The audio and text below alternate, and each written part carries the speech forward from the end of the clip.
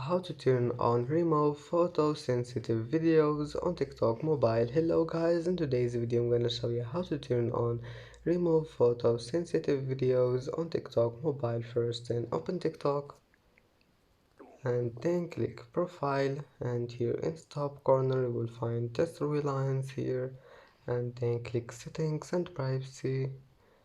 Scroll down, here you will find accessibility, and then here we'll find that remove sensitive videos, and if you want to turn it on, all you need to do is just click on it, and as you see, remove photo sensitive videos have been turned on. And that's it for today's video. If you like this video, don't forget like and subscribe, and thank you for watching this video until the end, and see you in the next video.